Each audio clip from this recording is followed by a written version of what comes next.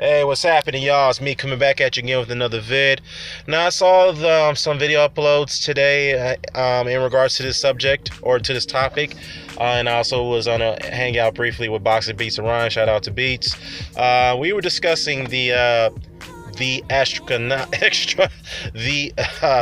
I would say the enormous jackpot that was put together and that was signed and delivered by a sports app group called DAZN, which is abbreviated from the DAZN, which is the acronym, right? They are a UK-based company, not a US company, so let's get that right, okay? This is not an Eddie Hearns app, all right? So somebody in Taiwan, oh, actually, that's him.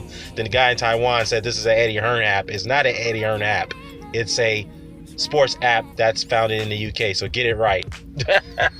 All right, so... All right, the zone actually is they have a pretty significant outreach. Of course, they have their base in the UK, and then of course they've expanded their platform in Canada, and now with this deal that they've signed with Eddie Hearn, they're going to expand their platform here in the United States. Now, let me go into the details about this deal that was announced today. The extraordinary amount that was signed today, the deal between Eddie Hearn and the Zone, it's a $1 billion broadcasting right deal. You heard me say it right. I'll repeat myself. It's a $1 billion deal. And that's not all. It's a $1 billion deal, broadcasting rights. It's an 8-year deal.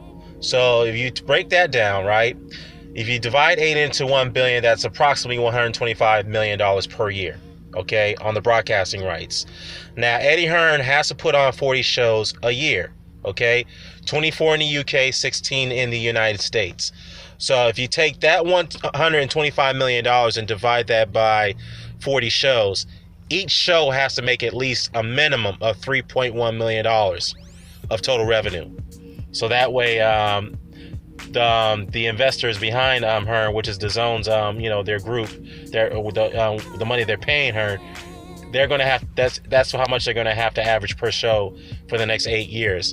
Now, this actually seems to be a very, very, very damn good deal by Hearn and how he's able to pull this off, okay? And the only way I can see how he's able to do this and get the reinsurances by the people who are behind him on this is that he is out to sign high-profile American fighters. Now, he's got Danny Jacobs on his roster. I know he's got Big Baby Miller on a fight-by-fight deal basis. However, given the fact this is I'd say a 9-figure deal of $1 billion over the next 8 years, Big Baby Miller is more likely going to jump on that. He's going to sign a full promotional deal with Hearn. From the looks of it, I mean, I'm just speculating, but he could do that. And I've also heard from the grapevine. I also talked to Beats and people in the hangout about this. I heard that Deontay Wilder is currently negotiating with Eddie Hearn, and there's a possibility that they're going to do a temporary promotional deal if he wants a Joshua fight. So that's something I've heard. But given the fact that this $1 billion deal has been announced with DAZN, Wilder could be enticed to sign a full-time promotional deal with Hearn. I know some people are not going to like that, but let's just be truthful here. I was in denial about this for years, but boxing is a business. It's always been that way. Ever since the 1900s, it's always been a business.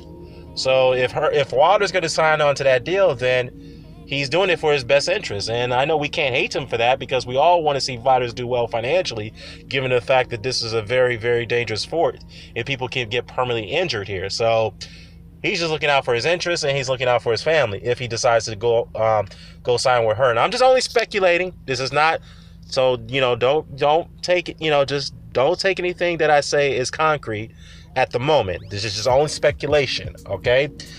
Now, another thing too is that you are going to debut this platform in the U.S. market.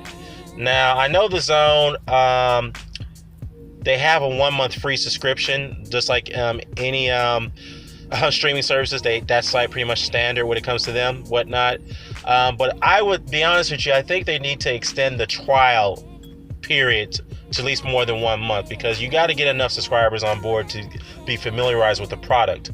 I know some people are going to say, well, the WWE didn't have to do that. Well, that's a different story, because the WWE has been a global conglomerate for many years.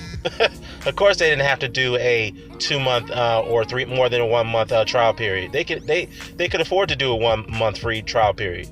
At first, they started off at 1 week, I believe, and then they had to extend it to 1 month, so that way they can lure in more subscribers, which actually it worked. Okay, and Jay-Z's, I know Charlie and I were just chopping it up about this. Jay-Z's, I'm sorry, not with Jay-Z, with Tidal, before Jay-Z bought the company. Tidal had extreme difficulties in getting subscribers and independent artists onto their platform. And when Jay-Z bought them out, he made a very, very good business deals by signing partnerships with telecom companies like Sprint, whatnot, where Sprint customers get if they sign up for service, they get a 6-month trial period with Tidal, whatnot. So I guess with the DAZN, if this is going to work, they're going to have to go down that route. They're going to have to do, well, particularly with Eddie Hearn, who's involved in this now, they're going to have to do partnerships with the big mega corporations here in the United States, like with the telecom companies, particularly. Get people to sign, get those customers to sign up for the service. They'll get at least about 3 to 6 months on trial, and then bam, they'll be familiarized with the product. I think it can work. But of course, obviously, you have to trial it out. You have to trial it out, because if you don't trial it out initially, you're definitely not going to get. You definitely risk of taking a huge loss on the initial investment. So they're going to have to trial it out, because you have to understand, in America, free is key. Let me repeat that. Free is key, because people like the word free. If you give them something free initially in a trial, and they're accustomed to it, they'll stay on board with it. Like with Amazon and Netflix, it perfectly worked for them over the years. But needless to say, what does this mean for the U.S. boxing market? I think it's going to really put a little pressure on the heavy hitting promoters over here, or managers like Al Heyman with the PBC brand, and Bob Arum with Top Rank with the ESPN. I think it's gonna put more pressure on them to lure consumers over to their product. If anything, if I was Heyman, I'll take the PBC brand over to the streaming services like Amazon. And let me tell you why. Because Hearns sees the trajectory here. He's a numbers guy, and I heard he was an accountant as well. He probably believes that based off the current the current status quo, I should say, or the current state of boxing when it comes to the audience, whatnot, or showcasing it to the audience, I should say. The pay-per-view market, or even the traditional TV market, is pretty much it's declining.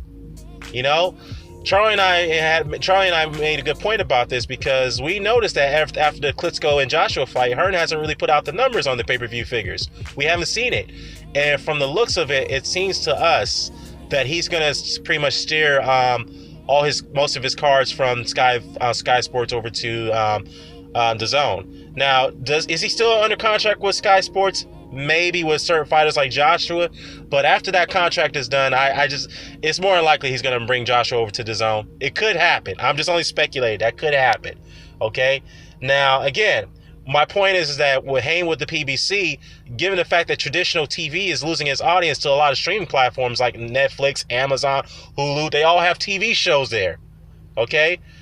Since they're losing their audience to those people, they should Al Heyman should bring his PBC brand over to Amazon or to Netflix if they're willing to do broadcast. If they're going to broadcast your shows live, why not?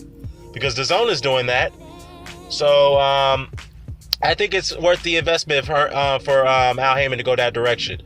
Go that direction. So, sign a partnership with Amazon so that way you can promote the PBC brand and broadcast all your fights there.